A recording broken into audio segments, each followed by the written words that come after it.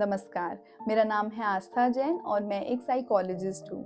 इन videos इन episodes में हम लोग बात कर रहे हैं कि अगर आपके हस्बैंड बहुत ज़्यादा पैम्पर्ड हैं, तो कैसे आप उनका एटीट्यूड चेंज कर सकते हो। फर्स्ट वीडियो में हमने बात करी कि इस वजह से आपको क्या-क्या प्रॉब्लम्स हो सकती हैं एंड क्या-क्या उनकी एक्सपेक्टेशंस हो सकती हैं। सेकंड वीडियो में हमने बात करी कि कैसे आप अपने मन की बात उनको इफ़ेक्टिवली बता सकते हो, आप इफ़ेक्टिवली कम्युनिकेट कर सकते हो।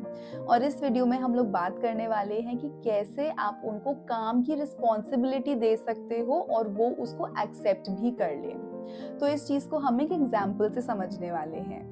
इमेजिन कीजिए कि आपके हस्बैंड एक्सपेक्ट करते हैं कि उनको सारा काम हुआ हुआ मिलेगा, जैसे कि सुबह उनको उनकी पसंद का ब्रेकफास्ट मिलेगा, फिर वो ऑफिस चले जाएंगे, जब वो वापस आएंगे तो उनको उनकी पसंद का डिनर मिलेगा, उनकी सारी चीजें आप जगह पर वापस रख दोगे और घर का सारा काम आप ही संभालोगे। लेकिन आप चाहते हो कि वो आपकी मदद करे।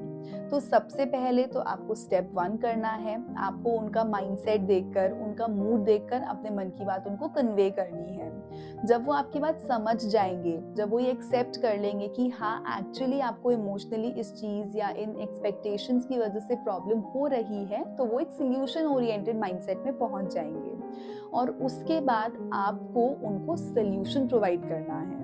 तो इमेजिन कीजिए कि आप उनको बताएंगी कि मैं सुबह उठती हूँ, मैं सारे घर की सफाई करती हूँ, फिर मैं ब्रेकफास्ट बनाती हूँ, फिर मैं लंच पैक करती हूँ, पीछे से मैं सारे घर का काम करती हूँ, फिर जब आप आ जाते हैं तो मैं डिनर सर्व करती हूँ, उसके बाद रात को घर की सफाई करती हूँ, पूरा घर देखती हूँ कि कोई प्रॉब्लम तो नहीं है, अगले दिन की प्रिपरेशंस करती हूँ और फिर सोती हूँ। तो इसकी वजह से मुझे बहुत ज़्यादा ओवरवेल्म्ड फील होता है या मुझे बहुत ज़्यादा टायर्ड फील होता है, मुझे रिस्पेक्टेड फील नहीं होता है, मुझे अपने लिए समय नहीं मिलता है। तो अब से आप मेरी काम में मदद कीजिए। तो आप सफाई की ज़िम्मेदारी लीजिए। आप सुबह मेरे से उठिए, आप पूरे घर की सफाई कीजिए, उसके बाद आप ऑफिस से आने के बाद पूरे घर की सफाई कीजिए, आप डिनर के बाद किचन की सफाई कीजिए और आप सोने से पहले देखिए कि घर में सारी चीज़ें अपनी-अपनी जगह पर हैं। ये सुनने के बाद बहुत ज़्यादा हाई चांसेस हैं कि आपके हस्बैंड बोलेंगे कि ये तो बहुत ज़्यादा काम बता दिया तुमने, ये सब तो मैं नहीं कर पाऊँगा क्योंकि ये तो बहुत ज़्यादा मुश्किल है। मैं सुबह भी उठूँ, काम करूँ, फिर मैं ऑफिस से आने के बाद भी आऊँ, काम करूँ, ये तो बहुत मुश्किल काम है। तब आप अपने हस्बैंड को बोल सकते हो कि ठीक है, आई अंडरस्टैंड, ये बहुत ज़्यादा काम है एंड आप एक ह्यूमन हैं, आप एक सुपर ह्यूमन नहीं हैं, तो मैं आपका काम थोड़ा-सा कम कर देती हूँ। तो आप सुबह मत उठिए, ना आप ऑफिस से आने के बाद ज़्यादा सफाई कीजिए, पर जब आप ऑफिस से आते हैं, उसके बाद में बस अपने शूज़, अपने सॉक्स, अपना बैग जगह पर रख दीजिए और सोने से पहले बस एक बार ये देख लीजिए कि घर में सारी चीज़ें अपनी जगह पर है या नहीं है। ये सेकंड ऑप्शन सुनने के बाद आपके हस्बैंड खुश हो जाएंगे और वो सोचेंगे कि चलो मेरे काम का बर्डन बहुत ज़्यादा कम हो गया है एंड वो खुशी-खुशी इसको एक्सेप्ट भी कर लेंगे। इस टेक्निक को हम बोलते हैं door in the face technique. ये बहुत ही वेल रिसर्च टेक्निक है, बहुत सारे लोग इस चीज़ को यूज़ करते हैं और ये बहुत ही ज़्यादा सक्सेसफुल होती है। तो इस ट्रिक के पीछे का लॉजिक ये है कि सबसे पहले हमें इंसान को बहुत ज़्यादा बड़ी डिमांड्स हमें उसके सामने रख देनी चाहिए कि तुम ये भी करो, ये भी करो, ये भी करो।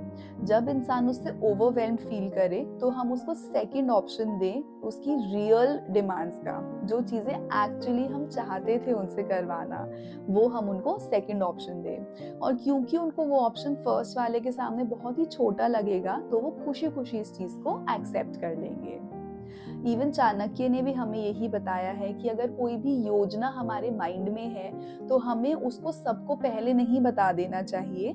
हमें उसको जब तक हम उसके ऊपर इम्प्लीमेंटेशन नहीं कर देते या जब तक हम उसके ऊपर काम नहीं कर लेते, हमें किसी से भी वो शेयर नहीं करनी चाहिए। तो ये करते हुए आप बिल्कुल भी ये मत सोचिए कि मैं अपने हस्बैंड के साथ गलत कर रही हूँ या मैं उनको ट्रिक कर रही हूँ, क्योंकि आप बस एक प्रॉब्लम सॉल्व कर रही हैं कि आप अपने हस्बैंड से उनकी मदद लेने के लिए कुछ थोड़ी सी ट्रिक यूज कर रही हैं। तो ये ट्रिक बहुत ज़्यादा यूजफुल है एंड आई एम श्योर ये आपके लिए डेफिनेटली काम करेगी।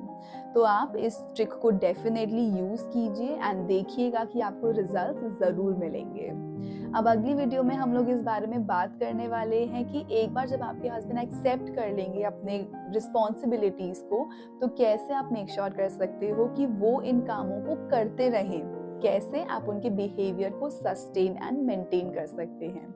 तो ये जानने के लिए आप अगले एपिसोड ज़रूर देखिएगा। मैं आपसे मिलती हूँ वहाँ पर।